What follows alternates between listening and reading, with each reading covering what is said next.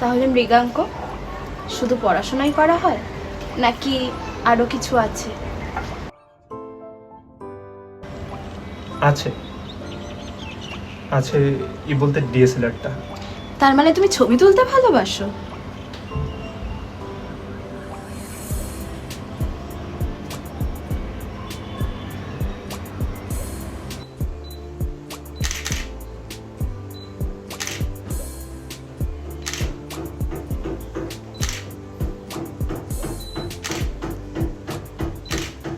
আচ্ছা, ক্যামেরা নিয়ে তুমি সবসময় ঘোরো, ইউনিভার্সিটিতে অনেকবারই দেখেছি।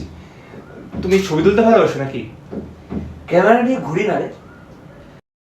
ক্যামেরাটা একটা অস্তিত্ব, ক্যামেরাটা একটা ফ্রিডম। জীবনটা যেভাবে দেখতে চাই সেভাবে দেখার ফ্রিডম। হ্যাঁ, এই ক্যামেরাটা একটা স্বাধীনতা দেয়। আমি যেইভাবে জীবনটাকে দেখতে চাই সেইভাবে দেখার চেষ্টা করি। চেষ্টা করো মানে? তুমি তুমি জীবনটা যেভাবে কাটাতে চাও সেভাবেই বাঁধো না, বাঁধার চেষ্টা করো। সেটা কি আর হয়? এই যেটা হয় না এটাই তো বোঝা একটা ম্যাচুরিটি, না? সরি, আমি না এটা ঠিক মেনে নিতে পারলাম না। একটা কথা বলো, তুমি যেইভাবে চাও সেইভাবে জীবনটাকে তুমি গড়ে তুলতে পারছো? সেরকম ভাবে হয়তো পারছি না, তবে যেভাবে বাঁচছি সেটাও কিন্তু আমার জন্য যথেষ্ট কমফোর্টেবল। তুমি একদম নিজের মতো বাঁচো, তাই না? কোনো ভয় নেই, বাধা নেই। বাঁচতে চাওয়া উচিত, আর বাঁচতে চাইলেই নিজের মতো বাঁচা যায়। আসলে জানো তো, বাঁচতে চাইলে আমরা নিজেদের মতন করে বাঁচতে পারি। নিজেদের মতন করে আমরা বাঁচতে পারি। বাবা, খুব ফিলোসফিক্যাল দেখছি তুমি। ভালো লাগে। আচ্ছা মৃগাঙ্ক, তোমার কোনো প্রাক্তন ছিল? না মানে এত ফিলোসফিক্যাল তুমি, তুমি তো প্রেমটা আরো বেশি গভীরে বুঝবে, তাই না?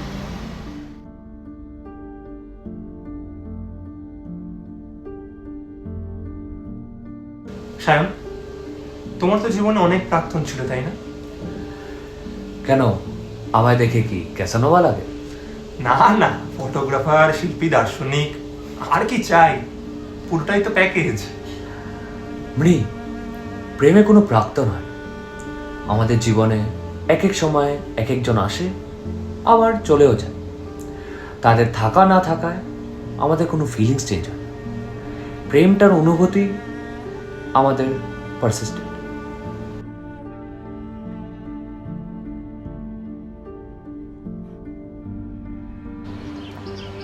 হ্যাঁ হ্যাঁ, প্রাক্তন।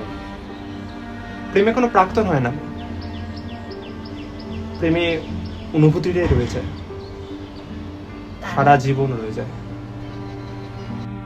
তাহলে তুমি বলছো আমাদের অনুভূতিটাও থেকে যাবে যদি কিছু হয়?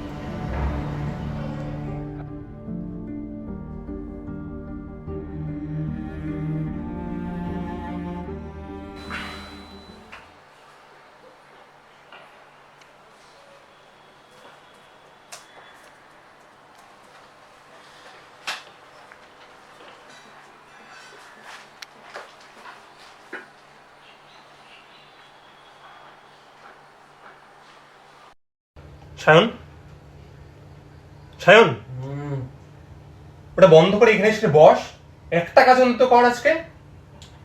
এই, আজকে তাহলে জন্টুদাকে মোমো বলে দেবো? কালকে তো চাউমিন খেলাম, নাকি তুই অন্য কিছু খাবি? সায়ন, প্লিজ একটু ফোকাস কর, কাজটা শেষ কর। এতটাই রেসপন্সিবল হোস না। তোর আনতে কত টাকা পাঠায় তোর বাবা, একটু হিসাব রাখিস। আরে বাবা ঝাড়বে, আমি উড়বো, এই তো ইকুয়েশন। বাবা ঝাড়বে, আমি উড়বো, এই তো ইকুয়েশন। চ্যাট জিপিটি আছে মাথার উপর, সব হয়ে যাবে সাবমিশন। কেমন ছন্দটা? Sayan, stop this. তোর কি মাথা খারাপ হয়ে গেছে? তুই 3টে এবারে ফেল করেছিস, আর তোর ডিসার্টেশনে ফেল করলে পুরো বছরের ব্যাক লেগে যাবে তোর। তোর কি একটু বুদ্ধি নেই? এই কলেজ লাইফের পর আমাদের একটা জীবন হতে পারে। হ্যাঁ, তোর কি মনে হয় তোর বাবা মা, আমার বাবা মা এসে আমাদের সব সোশ্যাল সাপোর্ট দেবে, ইকোনমিক্যাল ব্যাকআপ দেবে, সবকিছু দিয়ে আমাদেরকে বরণ করে ঘরে তুলে দেবে? তোর মনে হয় এটা?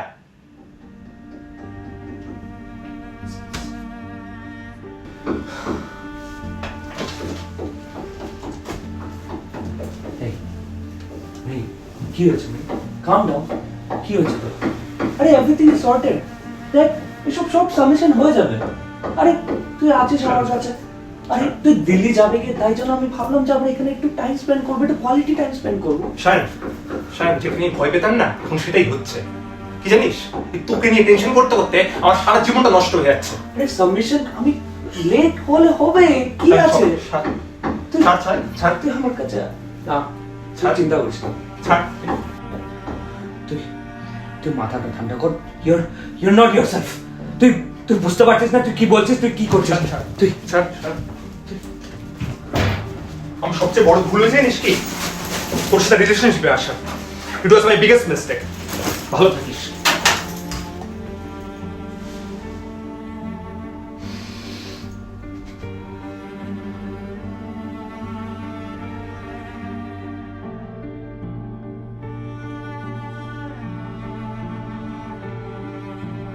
তুই ঠিক বলতিস ভাই।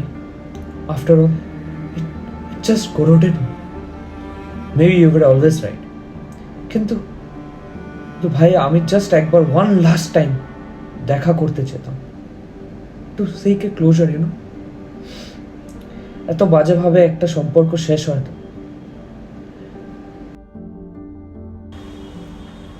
এতক্ষণে তো চলে আসার কথা, আসছে না কেন এখনো?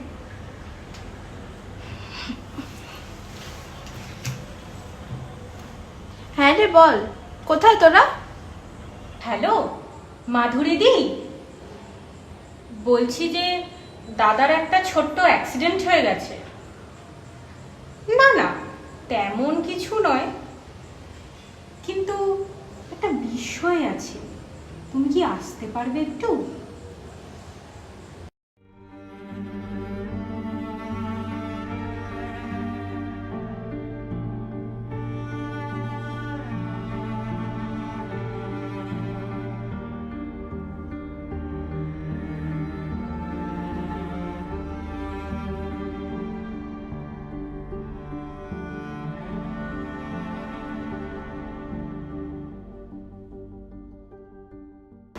দেখো, আমি সরাসরি বলতে চাই অবস্থা কিন্তু খুব খারাপ, খুব খারাপ, টু বি ভেরি প্রিসাইজ।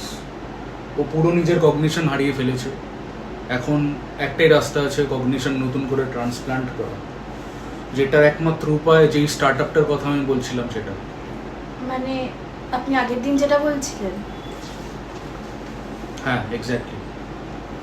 না মানে এটা পসিবল কি করে, আমি তো বুঝতে পারছি না কিছু। একটু খোলসা করেই বলছি তাহলে। এটা নর্মাল অর্গান ট্রান্সপ্লান্ট যেমনি হয় সেমনি না। এখানে আমরা ট্রান্সফার করবে ওর একটা কনসিয়াসনেস, যেটা অন্য কারোর থেকেও পাবে, বাট যে কেউ সেটা করতে পারবে না। এমন কাউকে কনসিয়াসনেসটা ট্রান্সফার করতে হবে যে ওর জন্য কিছু ফিল করে, যে ওর সঙ্গে অনেক সময় কাটিয়েছে, ওর পছন্দ ভালোবাসা সব কিছু বোঝে, লাইক মাইন্ডেড যেটা বলতে বুঝি আমরা। কিন্তু সেটা ওর মা বাবা, কিন্তু ওর মা বাবা তো আর নেই। আর আছে ওর বোন। আমি রাজি আছি দিতে, যেটা দিতে বলছে।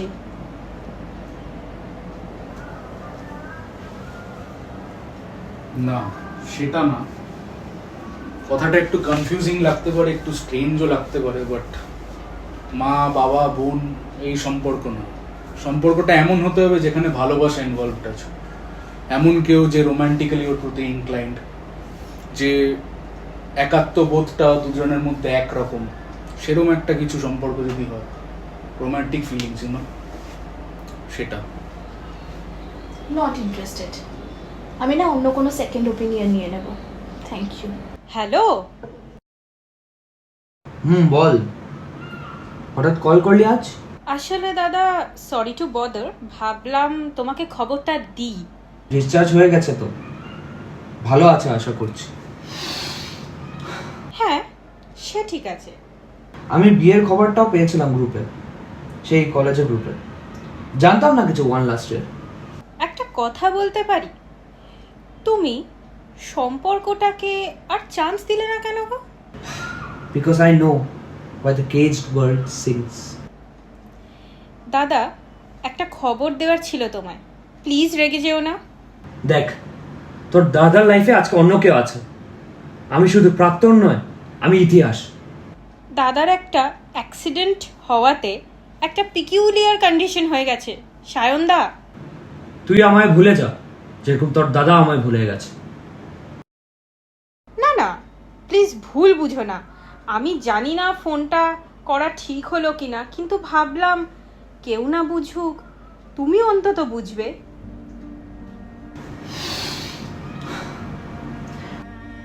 সায়নদা, তোমরা যখন ডেট করতে, দাদা এসে তোমার বলে একটা কথা আমায় বলেছিল, যে ভালোবাসায় নাকি প্রাক্তন বলে কোনো কথা হয় না, সেটা নাকি পারসিস্টেন্ট, আর তুমি ভুলে গেলে সেটা।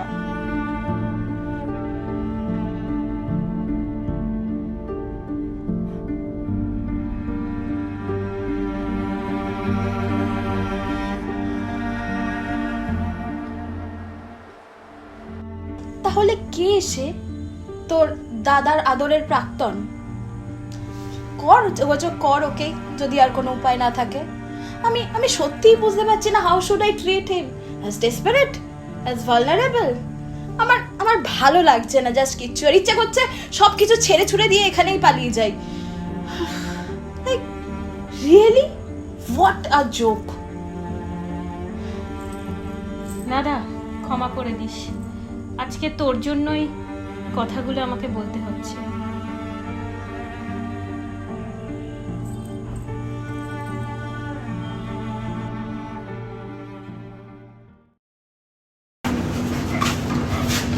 এই যে পেপারসগুলো দেখবেন, আর প্লিজ একটু তাড়াতাড়ি জানাবেন। যাই জানানোর আছে তাড়াতাড়ি করবেন, হেজিটেট করবেন না। দরকারে পড়ে কত কি করতে হয় না? ও প্লিজ, আপনার সাথে এরকম দাঁড়িয়ে দাঁড়িয়ে গল্প করার মতন মুড আমার কাছে নেই। হ্যাঁ, আর আমি কোনো কথাই বলতে চাই না আপনার সাথে। আপনি তো এতটাই ডিসগাস্টেড যে আমার দিকে দেখতেও পারছেন না।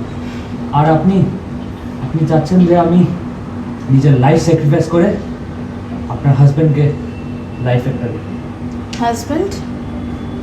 আমাদের এখনো বিয়ে হয়নি, ফিয়ান্সে। ও আর কি, জিতলেন তো আপনি। শুনুন, আমি না আপনার সাথে এখানে এরকম মেলোড্রামাটিক আতলামি করতে আসিনি। হ্যাঁ, আর কি আপনাকে তো রেমিউনারেশন দেওয়া হচ্ছে। আপনার কত লাগবে বলুন? 1 কোটি, 1.5 কোটি? আমি তো বলছি ইভেন 2 কোটি অবধি আমি দিতে রাজি আছি। প্লাস আপনার যারা ফ্যামিলি মেম্বার্স আছেন বা যারা ডিপেন্ডসের, তাদের সমস্ত রকম রেসপন্সিবিলিটিস নিতে আমি রাজি। আপনার এই স্যাক্রিফাইসটা না জলে যাবে না, বৃথা যাবে না এগুলো। আমি যথেষ্ট যোগ্য দামে স্যাক্রিফাইসটা কিনে নিচ্ছি। কিনে নিচ্ছেন তাই তো? ঠিক আছে, কিনে নিন। আপনি অন্য কাউকে বলুন, 2 কোটি টাকা সবাই নিজের জান দিয়ে দেন। আজকে আমি এতটা হেল্পলেস বলেই না এখানে আপনার সামনে দাঁড়িয়ে দাঁড়িয়ে কথাগুলো শুনছি। এটা কোনো কগনিটিভ ট্রান্সপ্ল্যান্ট নয় ম্যাডাম, এটা আমি নিজের লাইফ, নিজের এক্সিস্টেন্সটা স্যাক্রিফাইস করছি। আর লোকে বলতো আমাদের লাইফ, আমাদের এই রিলেশনশিপটা একটা জোক, একটা ওয়ান নাইট স্ট্যান্ড, একটা সিচুয়েশনশিপ, একটা গেম। আর লোকে তো এটাও বলতো যে আমি ওকে ইউজ করি প্রজেক্টস, মার্কস, অ্যাসাইনমেন্টস এসবের জন্য। কিন্তু ম্যাডাম, আমি ওকে ভালোবেসেছিলাম, আর শুধু ভালোবাসিনি, I have felt him, I know everything about him. স্যান্ডউইচের মধ্যে চিজ কম, ডোসার মধ্যে সাম্বার না, শুধু চাটনি। সেই কলেজের ক্যান্টিনের মধ্যে সকাল সকাল ব্ল্যাক কফি, আর বিকেল হতেই ছোটুদার মোমোর এখানে সিগারেট আর চা। সেই আমাদের এক্সাম খারাপ হলে ডিপ্রেশনের জন্য আমরা নেটফ্লিক্স দেখতাম, ও খুব ভালোবাসতো নেটফ্লিক্স, সেখানে আমাদের ফ্রেন্ডস দেখতো।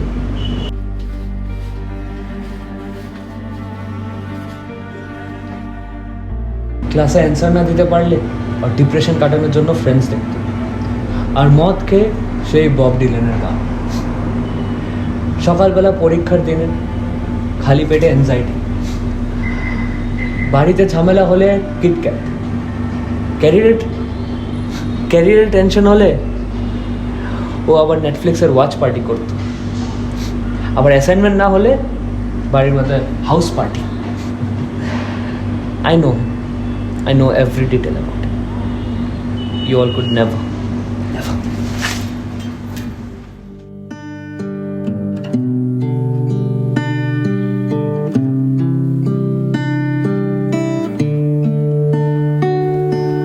बड़े अच्छे लगते हैं ये धरती,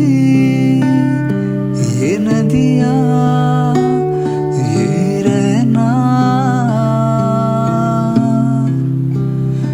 और तुम।